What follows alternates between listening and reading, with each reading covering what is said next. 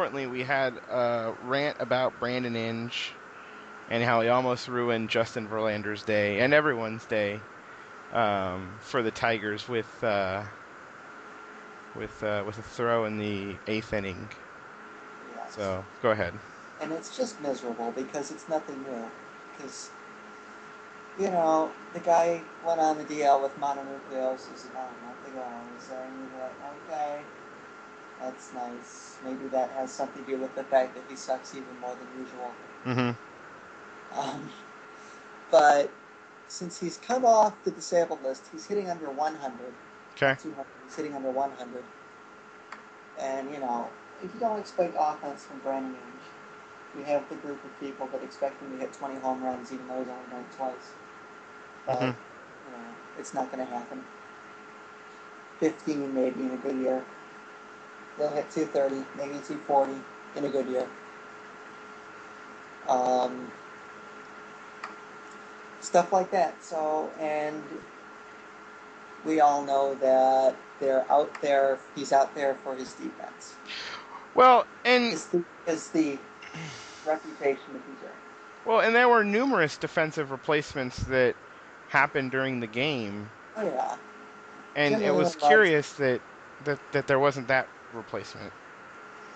Jim Leyland loves his defensive replacements. Mm-hmm. He pulls Maglia on every time. Austin Jackson always comes in if he's not in already. Stuff like that. Mm-hmm. So, but the thing is, Brandon Inge isn't a good defender anymore. He's gone through however many knee surgeries.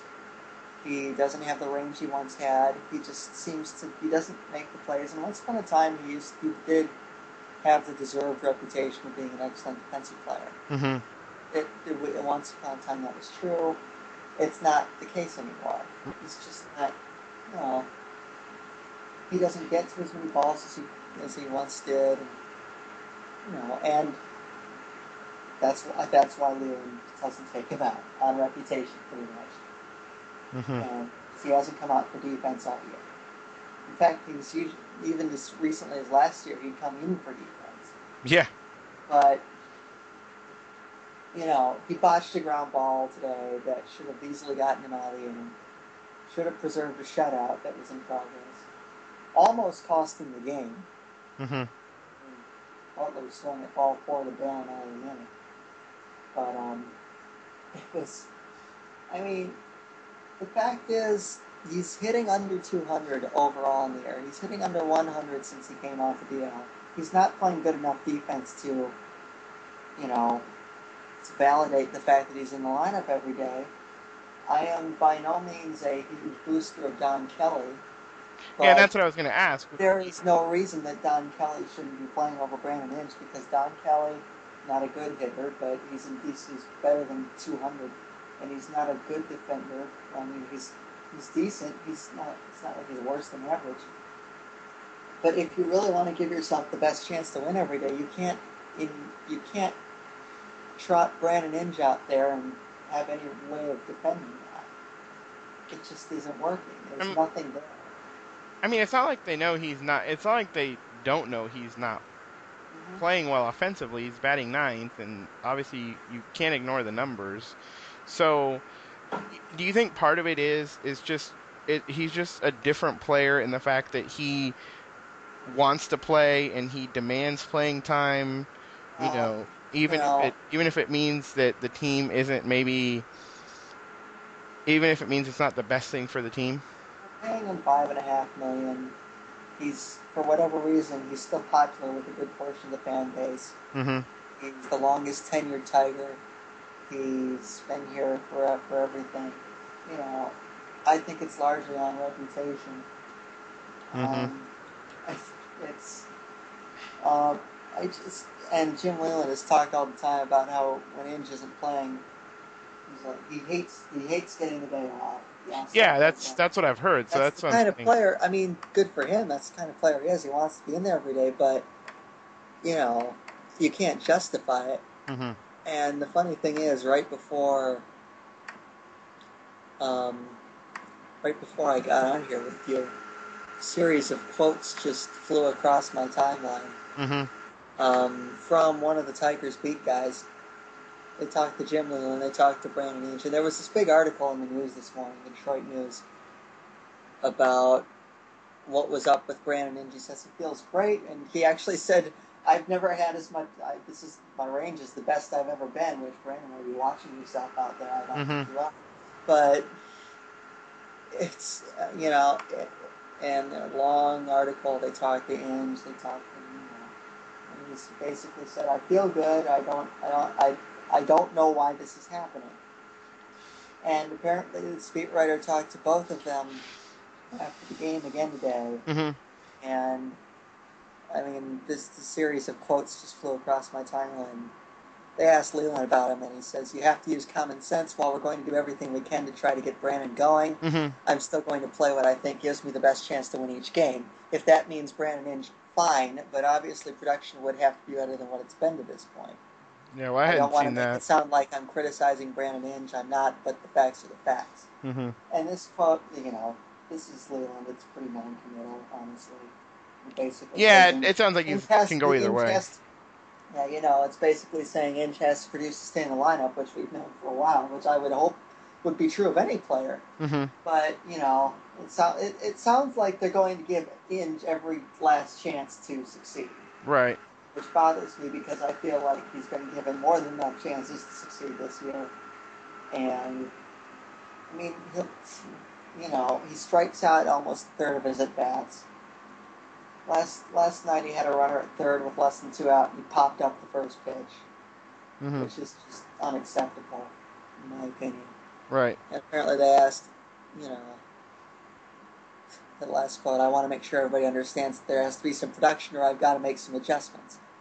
It kind of frustrates me that it took us this long to get to this point. Right.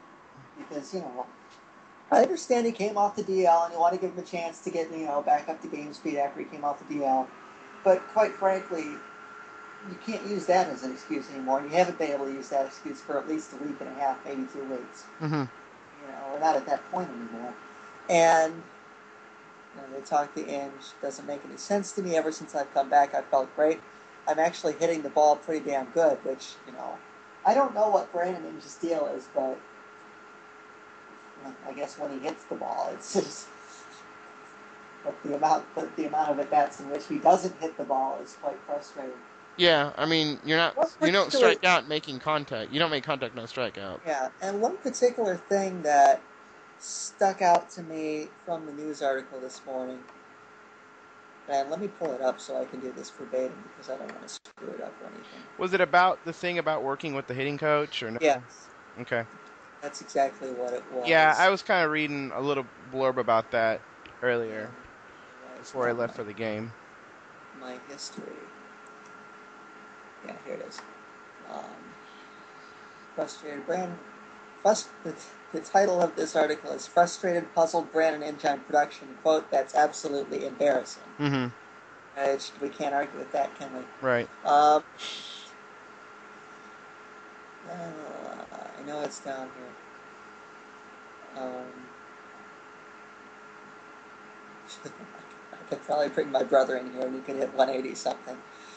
Yeah, well, what's going on is a fluke. See, it's hard to have sympathy for Brandon Inge, kind of. Yeah, because of what... because he's basically saying, I'm doing everything right, but yet it's not... sure doesn't look like you're doing everything right. Right. And this is what stood out to me more than anything else in this article. Lloyd McClendon, the Tigers hitting coach. They've been working on various approaches, but the Inge-McClendon marriage has never been a particularly good one, save for one season in the first half of 2009 when Inge bought into McClendon's plan and put together an awesome 3 months. 268, 21 home runs, 58 RBIs. Inge says the current coaching thought that Inge's hands need to be raised isn't the answer. Now that just ticks me off. Yeah. I mean, he's not taking coaching. You're hitting 185 and you're ignoring your coach. You think you got the answer? You think a 230 career hitter's got all the answers to this? And you hit 270, which is way above and beyond your career average, with 21 home runs. You got picked to go to the home run derby when you listened to it. And he went And now you're saying that he's wrong. That's what bothers me. Because, you know what? I'm not going to have any sympathy for you. If you're hitting 185 and people are trying to help you, and you're basically telling them to go to hell. Yeah. So I have a huge problem with that. I mean, Brandon Inge sounds like he should play in the NBA. So, That's a I mean, quote. I know he's a good guy, but it's just at some point you have to admit that you don't have all the answers. Right. And in the end, what you are is you're still a career 230, 15 home run a year hitter who's made a major league career out of being a good defensive player, and you're not that anymore. So if you're not going to make adjustments with the bat, why are you here? Is basically my thing. Mm-hmm. So, and you know, it's interesting to me, and I don't want to make this into some sort of character assassination on Brandon Inge, because that's not what I'm trying to do. Mm-hmm. Like I said, he's a good guy. I mean, very nice guy, great for charity work, yada yada yada. But I mean, Brandon Inge just told the press on more than one occasion, if they think they can do better than me, then I understand that, and yada yada yada. I mean, basically, if I'm not the best option, then I should be fine. Basically paraphrased, but that's how it is. But when the Tigers, he didn't like it when he didn't like it when the Tigers signed Pudge Rodriguez to replace him in '04. He didn't like it when they went and got Miguel Cabrera to play third base at the time in '08. I understand being frustrated about losing your job, but it's not like, this is, Yeah.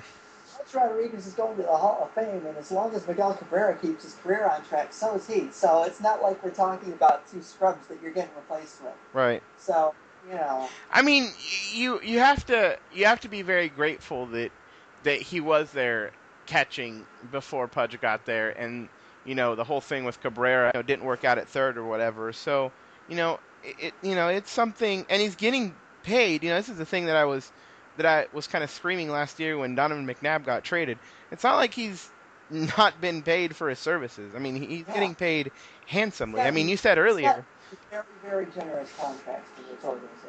Yeah, I mean, you said earlier that you were at a point where you just wanted the organization just to give him all the money he was owed and just cut It bait. was, yeah, I You mean, didn't use those specific words, but yeah. At this point, you're kind of at your wit's end with him. hmm But, he asked to be traded after they got Miguel Cabrera.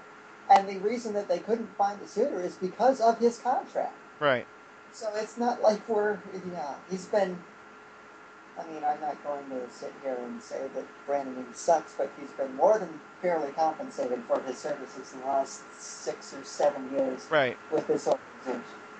So, I understand the frustration of being supplanted in your starting job, but, really you should, frustration is one thing too, but to, and, yeah, it's just, I'm going to see if I can find out where because I know that he asked for the trade hmm after they got Cabrera, and he told him he wanted to be traded, et cetera, and he didn't want to move back to catcher, which is another interesting thing. He'll do it if you ask him, but he'll very, very reluctant about catching again. yeah, He wanted to go somewhere he could play every day, fair enough, but it's just he wanted to play every day. hmm So I guess I can see it both ways. I can see it from his standpoint, but at the same time, it's kind of frustrating because it's not like he was being replaced by inferior ball players. hmm Pudge Rodriguez, a better offensive player, and nobody's better defensively than Pudge Rodriguez in his prime. So right. you know, it's Yeah, the And quotes are. remember, after 2006, they gave him a 4-year, $24 million contract extension. hmm That's a lot of money for a guy who basically plays defense. Yeah, as you said, he's a career 230 hitter. Something like that. hmm I don't know the exact numbers, but um, Brandon Inge, career .235 hitter, with a career .305 on base percentage. Mm-hmm. The only reason he's been a positive player in terms of the wins above replacement stats over the last couple of years is his defense. Mm-hmm. So, yep. He strikes out in the corner of his at-bats, doesn't walk a ton, doesn't steal bases. Right. He's only hit 15 home runs 3 times. Wow, only 15 home runs 3 times. And he's gotten 400 at-bats in 1, 2, 3, 4, 5, 6, 7 seasons. 400 plate appearances in 7 seasons, and he's hit 15 home runs 3 times. Wow. So, at this point, his value is pretty much useless. Yeah. And in a mere 66 games this year, the wins above replacement, he's worth negative .5 wins, which is bad. Yeah. So the average MLB player would be better than him. A replacement player. Yeah. I mean, you can look up the, and I mean, I like this stat. It's, it takes in defense, it factors in offense, it factors in defense, it factors in base running, so you have a pretty decent idea of a player's overall value. Mm-hmm. And look at all the third basemen in baseball, and I'm even going to take out, and I'm even going to open this to non-qualifiers for league leader stats. You've got guys like Eric Chavez, who played 17 games for the Yankees. He's worth a half a win. Mm-hmm. Full win better than Brandon Inge. Lonnie Chisenhall's been up for like a week, and he's a .3. Brandon Wood is a .1 With the Pirates. Yeah. So basically Brandon Wood is a replacement player. Mm-hmm. He's worth .1 win. Basically, that's basically breaking even. Brandon Wood. And Brandon Inge is worse. Mike Aviles, whom the Royals sent down, only worth negative .1. Mm-hmm. So Mike Aviles has been, I'm trying to look. Moustakas has been worth negative .2. Miguel Tejada. Miguel Tejada takes so much grief from Giants fans. Yes. For being not very good. He's hitting .240, which is almost 50 points higher than Brandon Inge. 3 home runs, 2 more than Brandon Inge. He's actually above average fielding. And he's only worth negative .1 wins. So Brandon Inge has been worse than Miguel Tejada. Basically. He's got some spectacular plays that he does, and, I'm sure that Tejada's awfulness has been somewhat overrated. And I said this earlier today, and sometimes I'm half kidding, and I'm pretty close to serious on this, that especially now that Sean Figgins has been relegated to bench duty from Seattle. Sure. Brandon Inge may well be the worst everyday player in baseball. Yeah, you've said that for a while now. Yeah. I mean, but you could make the case for Sean Figgins, but yeah, well, I mean, you can technically argue that Figgins is no longer right. That's what I was. Yeah. Now that. Yeah, and Figgins is hitting 183. Mm-hmm. So basically, they're the only difference between Sean Figgins and Brandon Inge so far is that Figgins hasn't struck out as much. Yeah. So, I mean, basically, it's not working. You cannot put him out there every day to keep going 0 for 3, 0 for 4.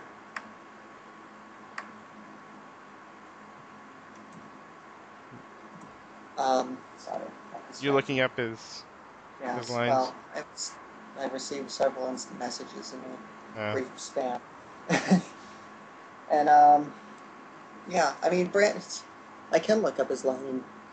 Another thing that I've said on many occasions is that I can't understand why.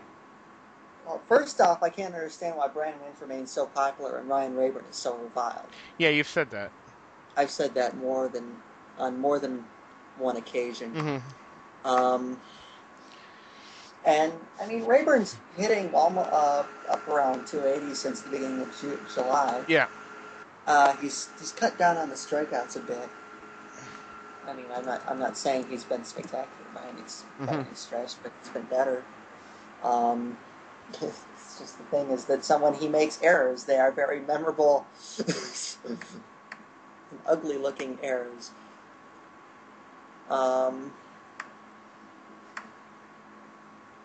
So it's just, and you can look up the last time that Brandon Inge had a multi-hit game. I'm genuinely intrigued. Wow. Do The you last want time one? Brandon Inge had a multi-hit game was May 31st. Nice. Granted, he missed almost a month on the DL, but he Right. hasn't had a multi-hit game since he came back from the disabled list. Mm-hmm. He hasn't hit a home run since May 11th. No, not even May. I read that wrong. He hasn't hit a home run since April 13th. Mm-hmm. The last time he had 2 RBIs in a game was June 26th. Okay. Oh, no. Actually, July 3rd. Not that long ago. It's not that bad, I guess. Yeah. The last time, he had a couple games where he didn't strike out, so that's good. Mm-hmm. But it's that the Baseball Reference has this stat called win probability added, and it basically positive it is what you would think. Positive values mean you helped your team. You made it more probable that your team. You added win probability, and vice versa when it's in the negative. Mm-hmm. And the last. I mean, this doesn't include today's, but I'm sure that because he struck out 2-3 times today. Yeah. This doesn't include today's, but I'm sure it's going to be the same. He's got 4 straight games with a negative win probability. He had one. The 2 RBI game was positive, and another negative. One more positive, 2 more, 2 positives, 2 negative. It's just So this is looking at each name. Each game. Or each yeah. each game. Game. Yeah. Sorry. Yeah, each game. So basically, Brandon Inge has not helped this team win at all. Mm-hmm. So he's he's at a 50-game homerless streak. His longest hitting streak this year is 5 games. Mm-hmm. His longest on base streak is 7 games. Wow. He's had. I'm looking at all the stats because Baseball Reference gives you a bunch of nonsense stats. Mm-hmm. RBI opportunities, Brandon Inge. The average major league player in RBI opportunities. Inge has had 228 plate appearances in RBI opportunity this year. Mm-hmm. And 17 RBI. Mm-hmm. And the average player has 23. So he's not driving in runs at the rate that he should be. And Brandon Inge has had more runners on base than the average major league player to drive in too, because the Tigers' offense has been pretty good. So it's just, you look at it doesn't give you much hope. I mean, the other thing is, people complain that Leland trots Inge and Rayburn out there every day. I would argue that Inge is much more egregious, and that Rayburn, at least there's precedent that he has those very good second halves to make him valuable. Right. Inge doesn't have that precedent. So it's, look at the home road splits. There's nothing significant. He's getting worse at home than he is on the road. He's hitting 189 in wins and 184 in losses. So the team is winning. This is ridiculous. He's always, when he's ahead in the count, he's hitting 180. When the pitcher's ahead, he's hitting 189. Wow. It doesn't make any sense at all. I mean, when you're ahead in the count, you should, Yeah, but I mean, it's only a 9-point difference, and you're talking about sub 200. Yeah. So he's hitting 151 with runners in scoring position. That's healthy. He's hitting 187 with men on base. Uh-huh. With runners in third and less than 2 out, he's hitting 167, and he has just 5 RBI and 15 plate appearances. Wow. And two outs, runners in scoring position. He's hitting 179. Um, high leverage situations, late inning, Sure. 205. Hmm. He's hitting 381 in the ninth inning, so there's that. And you've got another year of him. Yeah. He's 186 on ground balls, 122 on fly balls. These are all absurdly low. Yeah, they're all absurdly awful. Yeah. I mean, there's really no, there's not really much of any correlate. There's not like, oh, that explains that. Yeah. Hmm. But yeah, there's nothing that you can look at that just explains it. It's just like it's a black hole in every single statistical split you can think of. So at this point, what do you do? Yep. You just have to. You have to look in a different direction. Like I'm not, like I said earlier, Don Kelly is no. Don Kelly's probably not supposed to be a major league regular, but at this point, I mean, you look at his numbers. He's hitting 247. His OPP is only 299, but that's still better than Brandon Inge. Hmm. A couple more homers. It's sad when the guy with the 656 OPS is the better option, but that's what it is here. So it's just we've about reached our wits' end because you at least expect them to make the routine play that he didn't make today.